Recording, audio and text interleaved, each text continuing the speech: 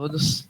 É uma satisfação muito grande. Quero saudar a banca, saudar primeiramente a professora Edma, professora doutora Edma, é um prazer novamente poder estar aqui com a senhora e poder falar um pouco do meu trabalho. Professor Valdemir, eu fui aluno durante 4, 5 anos, né, professor? Aí, alguns trabalhos de campo também, muito bons. Professor Dr. Matheus também, agradeço a oportunidade de você estar aqui novamente, nesses 4, 5 anos que nós estamos ali no Geolab, também nos ajudando a compor esse trabalho. E ao professor Dr. Cristóvão, que me aguenta, entre troncos e barrancos, piada interna, nós temos conseguido e chegamos aqui para poder fazer essa defesa. Então, nosso trabalho, que nós chegamos aqui, vamos falar sobre análise da performance geoeconômica na América do Sul, o caso da Estrada do Pacífico no Brasil. Nós vamos observar o contexto Brasil, Bolívia e Peru, mas trazendo o lado brasileiro do assunto.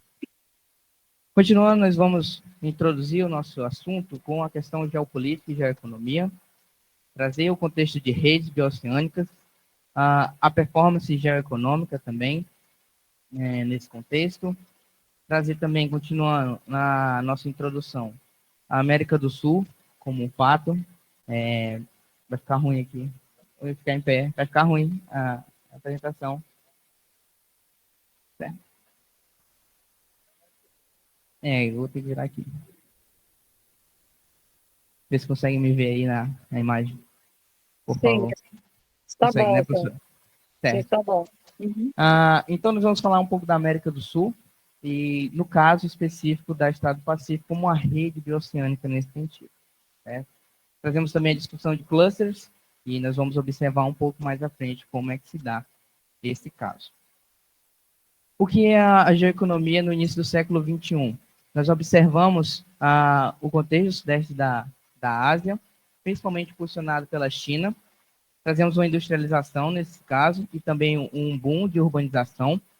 As empresas globais, que elas estão em mercados que são restritos, e vamos observar esse contexto também. As cadeias globais de valor, né, com o boom das commodities no início dos anos 2000 e no século XXI, e que são o que o professor Cristóvão fala, né, intensivos em recursos naturais.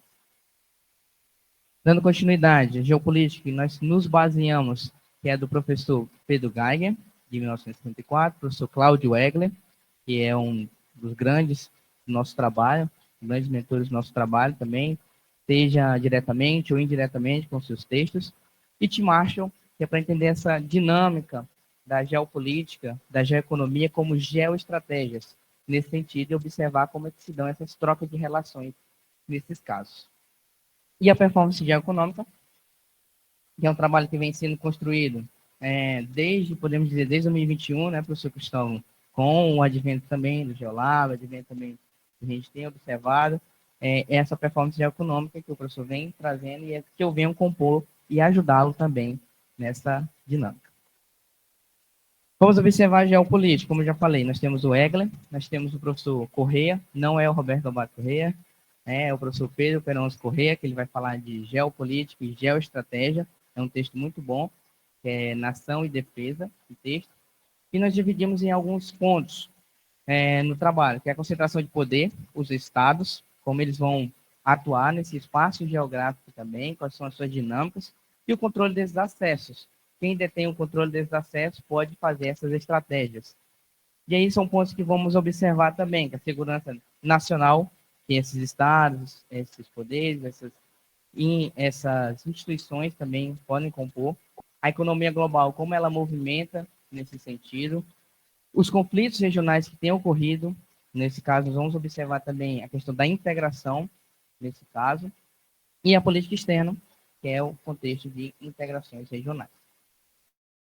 Dando continuidade, nós passamos aqui um pouco para a geoeconomia, e nós dividimos ela em 4 tópicos principais, que é a geografia econômica, a geografia de fato, os objetivos e a logística.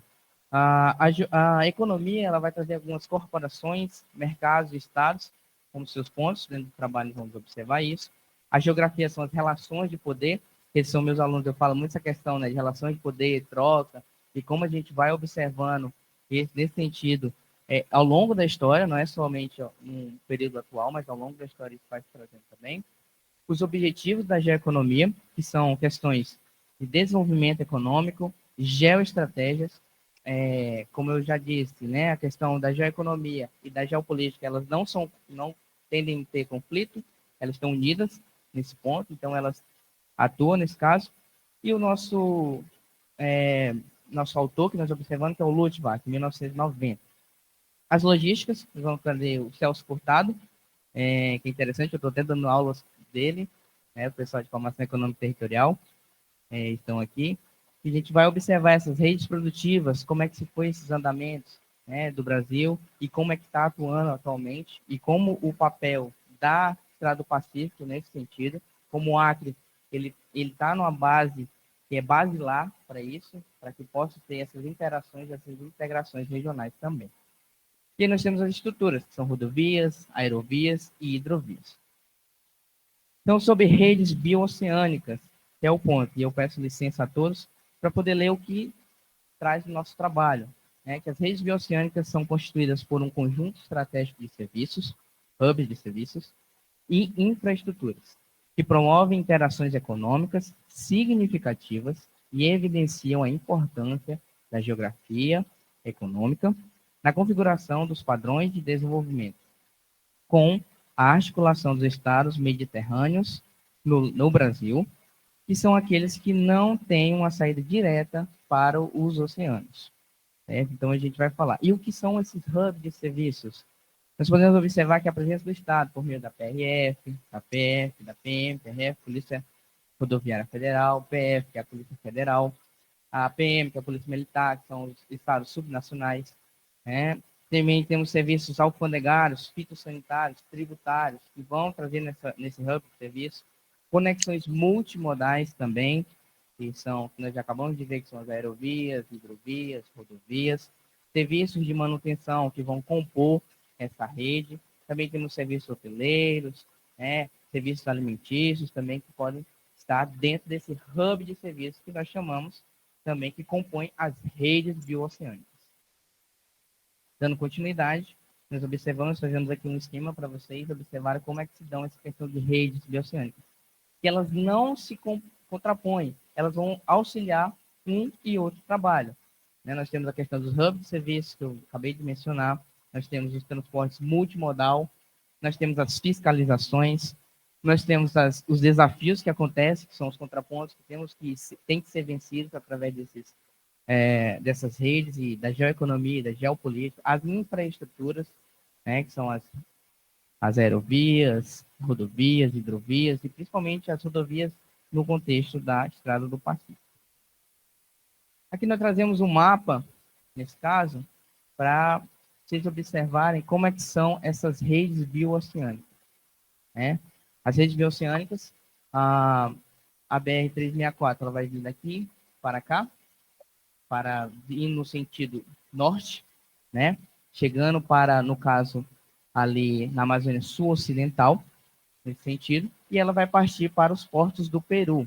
Então, como vocês podem observar, elas estão interligadas, elas não se auto-excluem entre si, elas estão interligadas. Isso é um papel muito importante da Estrada do Pacífico também, principalmente por ser ligada através da BR-364. Aqui um outro que nós observamos, esse caso da produção agrícola, vocês podem observar que está mais verde, no caso do mapa, mais ligado ao oeste do Brasil, ligando mais ao norte, esses são dados do montante de 229 milhões de toneladas de algodão, soja, milho. Então, esse mapa vai trazer essa referência para a gente, como dar essa virada de chave para o oeste do Brasil. E a Estrada do Pacífico traz esse papel muito importante. Dando continuidade, nós vamos passar para a parte de performance geoeconômica. Um contexto básico nesse sentido é a retomada do pós-Covid-19. O Brasil para o oeste cresceu 17% demograficamente entre 2010 e 2022, que foi o dado 8%. As infraestruturas de integração, como é que elas se estão interconectando esses projetos. Então, como é que elas vão se interconectar dentro dos projetos dos estados, das instituições. Dando continuidade, nós vamos observar, e eu peço novamente licença para falar um pouco do que o professor Cristóvão vai falar sobre performance geoeconômica. A performance geoeconômica nas regiões da América do Sul é fundamental para a compreensão de potenciais e desafios de cada área, orientando assim políticas públicas e investimentos que visem impulsionar o desenvolvimento econômico, indicadores como o PIB, comércio internacional, investimentos e infraestruturas, elas vão servir como ferramentas para a gente identificar a performance geoeconômica e são utilizadas para medir essa performance. Dando continuidade, nós vamos observar mais um esquema para ficar mais visível e mais abrangente. Nós podemos observar a questão que o que é a performance econômica? É a capacidade regional de gerar riqueza e gerar um desenvolvimento. Isso que nós vamos observar. Isso através também de um equilíbrio seja o equilíbrio do crescimento econômico e externalidades socioambientais. Os impactos fronteiriços vão ocorrer, sejam por estratégias regionais, integrações regionais, que podem se ter, por meio de base de ferramentas, como o PIB, balanço comercial, serviços e demografia. Esses fatores são mensuráveis e podem nos dar um câmbio de como as estruturas podem criar esse índice.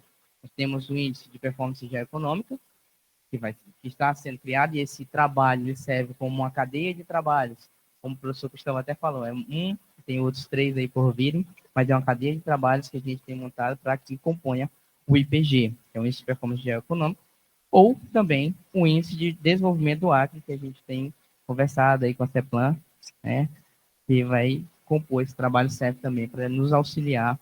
Nosso trabalho não é questão conclusiva, nós estamos aqui para compor um trabalho maior. Dando continuidade, aqui mais um mapa que eu já tinha passado para vocês podem observar a questão das exportações em 2010 e 2023. O Acre tem uma ligação muito interessante ali, se observar, com o Peru, que dá 47% das exportações nesse sentido. Vocês podem ver também que a China ela domina os mercados que são os mercados produtivos, ali no Mato Grosso do Sul. E aqui nós trouxemos também a questão da ponte ali do Abunã, que ela está diretamente ligada, porque ela conectou terrestremente, pela forma terrestre, a Estrada do Pacífico, e a única que está ligada totalmente via terrestre. Então, nós podemos observar que a Estrada do Pacífico ela é a única que sai do Oceano Atlântico, né, do leste do país, para o oeste, no Peru, de forma terrestre. Então, isso é uma virada de chave também na questão que nós já observamos, demografia e economia. Aqui mais uma outra foto, que ela foi inaugurada em 2021 pelo, então, presidente Bolsonaro. Aqui nós temos um vídeo para vocês verem, esse é um vídeo do estado do Acre, mostrar, mesmo não sendo o Acre, mas serve como um papel muito interessante para o Acre, porque liga diretamente. Onde uma travessia que custava 2 horas, 3 horas, dependendo do que acontecia entre o estado de Rondônia e o Acre, que ali no caso em Rondônia, mas ligaria diretamente ao Acre, acontecia 2 horas e isso foi reduzido para 10 minutos. Então isso traz uma expectativa muito interessante para que possa acontecer essa performance, esse desenvolvimento econômico, mesmo com os problemas que nós temos, as externalidades socioambientais que ocorrem, mas isso pode servir de ampliação, como um rumo de crescimento econômico, como fala o vídeo que a gente colocou aqui para vocês observarem um pouco dessa dinâmica. O quão importante foi a ponte a partir de 2021 e nós vamos trazer no nosso trabalho também. Dando continuidade, para aqueles que não conhecem, aqui está um mapa que a gente vai observar em preto, a BR-364, que ela vai partir de Limeira, aqui em São Paulo, e vai chegar até Rio Branco, no Acre, e daí ela vai pegar 317, e aí vai para os portos no Peru. Nós marcamos aqui San Juan de Marcona e Ilho, ali no Peru, né? E aqui está nosso recorte, que são os municípios do Acre, onde nós observamos. O da direita, nós marcamos aqui os estados que estão mediterrâneos, que são aqueles que não têm saída direto para o mar, e podemos observar que eles estão diretamente ligados com a BR-364, 417 e, no caso, a Estrada do Pacífico. E aqui está a ponte do Abunã, que nós marcamos ali. Esse mapa que nós vamos apresentar agora dá uma dinâmica interessante. Nós partimos de 19 milhões no montante para 20 milhões no caso dos estados mediterrâneos. Vamos observar, como já falamos, a demografia ela tem crescido para o oeste do país. Esse mapa é interessante também observarmos que entre 2000 e 2021, a presença e a mudança, né, esse câmbio também que acontece. Nós vemos a maior parte ali em São Paulo, Minas, Bahia, o setor produtivo dominado por outros países que não são a China. Mas a partir de 2010, o setor produtivo, que é Minas Gerais, Mato Grosso do Sul e Mato Grosso, com a produção, então viram diretamente para a China. E em 2020, o mapa quase completo, ele tem sido pintado no contexto chinês. Então isso é muito interessante para a gente observar esse contexto da China, Sudeste Asiático, para a performance econômica da Estrada do Pacífico. Continuando, a Estrada do Pacífico, ela tem uma extensão de 2.695 quilômetros. Isso nós vamos partir de Rio Branco, no Acre, tá? Com 342 quilômetros, aproximadamente, de Rio Branco para Assis Brasil, 1.191 quilômetros de Assis Brasil a Ídio, e 1.162 quilômetros de Assis Brasil a Matarani, no Peru. E aqui dá um mapa que para nós termos uma noção. Aqui é o nosso recorte dos municípios que estão diretamente ligados. E vocês podem observar no mapa, que em vermelho está a Estrada do Pacífico como um todo, e quando chega no Peru, ele está dentro de um network, de uma outra rede. Como nós falamos no trabalho, e nós estamos apresentando, essas redes, elas não se auto-excluem entre si. Elas são complementares. Então, elas podem servir de complemento para outras redes. Essa é a nossa dinâmica no nosso trabalho que a gente quer observar e quer mostrar aqui também, nesse sentido. E isso é importante também para a integração com outros países. No caso, aqui nós temos a integração diretamente ligada com o Peru. Então, vocês podem observar que o Peru ele tem outras linhas, outras redes, outros networks para esse sentido, de uma saída para o Oceano Pacífico. Aqui algumas imagens da Estrada do Pacífico.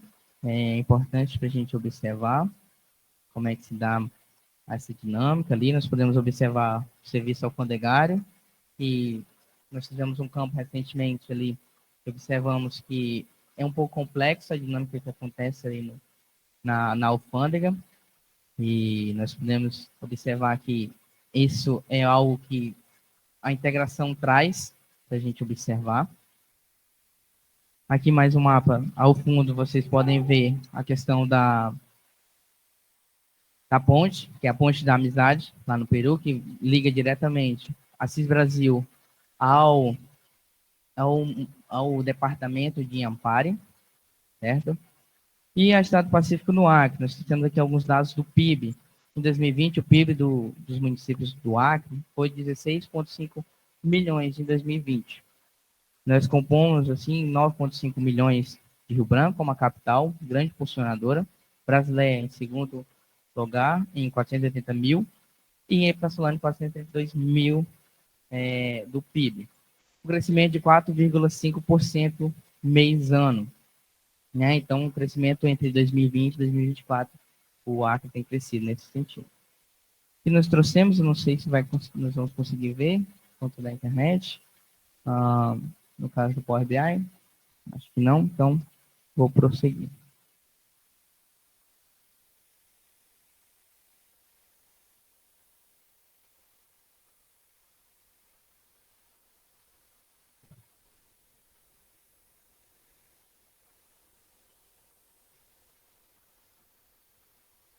Dando continuidade, nós vamos observar os municípios do Acre, como é que eles se dão entre 2010, 2015, isso, todos os municípios. Nós fizemos um composto que partiu de 5,9 milhões em 2010 para 11,3 milhões em 2020.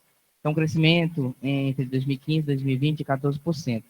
Também temos que lembrar que em 2014 teve um impulso interessante por conta da cheia do Rio Madeira, né, que aconteceu. Então, essa virada de chave aconteceu por conta das cheias do Rio Madeira, e aqui já é a obra de elevação da estrada da BR-364, ali no perímetro do Rio Madeira. Aqui uma foto nós trouxemos de quando aconteceu em 2014. Então, o Acre ficou, nesse sentido, isolado. Ele precisava-se de uma alternativa e o Peru surgiu como alternativa de exportação nesse período também. Aqui um outro mapa para a gente observar como é que se dão.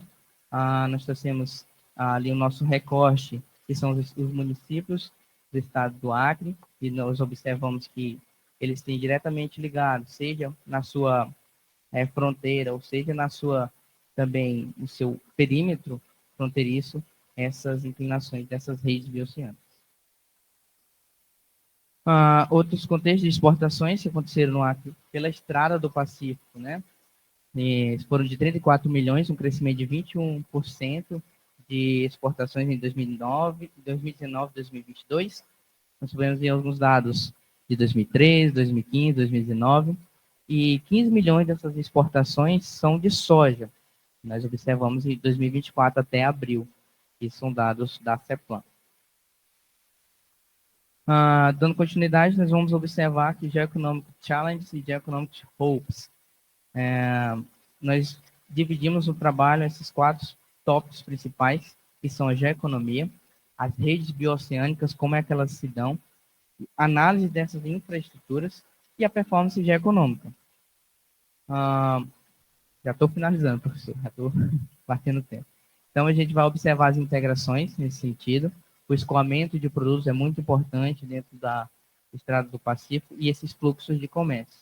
Nós temos como base o Neil Smith, em 1980, que tem um texto que é Geoeconomic Hopes, Geoeconomic Peers. Então, ele vai observar isso e nos dá essa questão de integrações, comércio de produtos, o fluxo de comércio também. Dando continuidade, nós vamos observar aqui, é importante esse mapa, a gente traz ele como uma perspectiva de observar como as infraestruturas de portos eles estão compondo a Estrada do Pacífico. Vocês podem observar que Ídio e Mataranhão, Ídio em 14º e Mataranhão em 17º, são potenciais para esse sentido. E também podemos observar Cadial, está em 4º. E isso traz uma perspectiva também do Porto de Xangai, que está sendo construído recentemente, e também por Calpa, né? Ali trazendo 18º.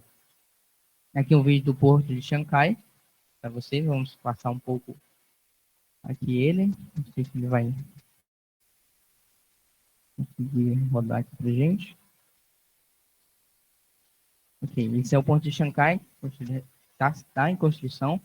A previsão foi dada pelo governo peruano que iria até novembro de 2024, até o mês que vem, estaria completo.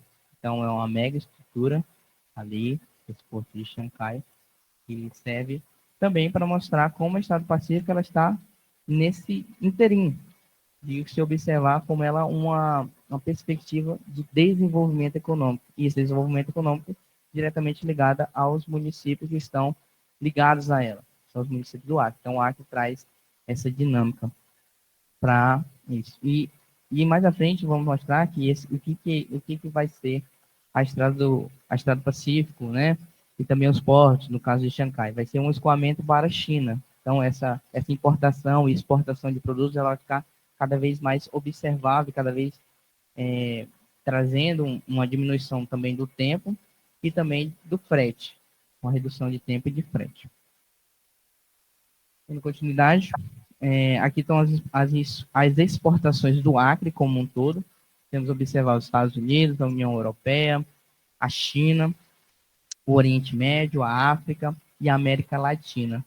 Isso do Acre como um todo, servindo para nós ilustrarmos como as interações do Estado com os outros países e outros blocos também nesse sentido. E nós trazemos um mapa que é interessante para observarmos que alguns países que não fazem diretamente ligação, como a Grã-Bretanha e a Argentina, estão ligados também os principais parceiros, nesse caso, do Estado Pacífico em 2000. E em 2022, nós temos uma mudança, os Estados Unidos adentram também a questão da França, e observamos também a presença do Peru, como já dito no outro slide anterior.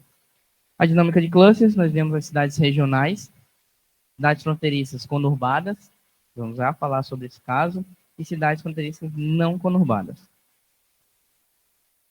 Aqui nós vamos observar o nosso cluster está aqui em Cobija, Rio Branco, mais ao sudoeste da Amazônia sul-ocidental, que é uma dinâmica que nós temos observado, e que isso vai trazer algumas referências, alguns trabalhos mais à frente, como eu já comentei.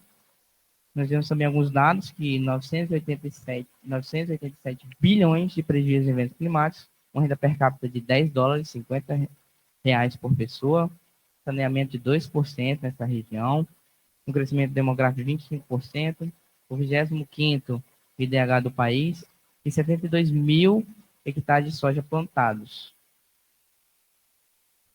E aqui nós vemos a área do cluster. Vamos frisar bastante esse caso que nosso foco são os municípios da Estrada do Pacífico, certo?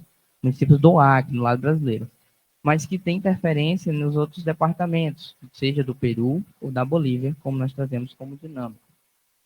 E vou mostrar para vocês como isso vai mostrando, por causa da cidade de Cobija, para aqueles que não conhecem, vocês viram em Nicolas Soares, Brasileia no lado brasileiro, e também Epitácio-Solante do lado brasileiro. Brasileia e Epitácio-Solante são cidades gêmeas, em conjunto com Cobija. Então, elas são cidades gêmeas e são cidades conurbadas, nesse sentido.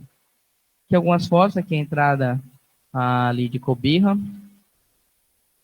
Aqui a ponte, que ela serve também, que ela está na agenda do ISA, e essa é uma ponte interessante, porque ela só tem uma via, então você só vai ou vem nessa ponte, que ela só é controlada por um sinal.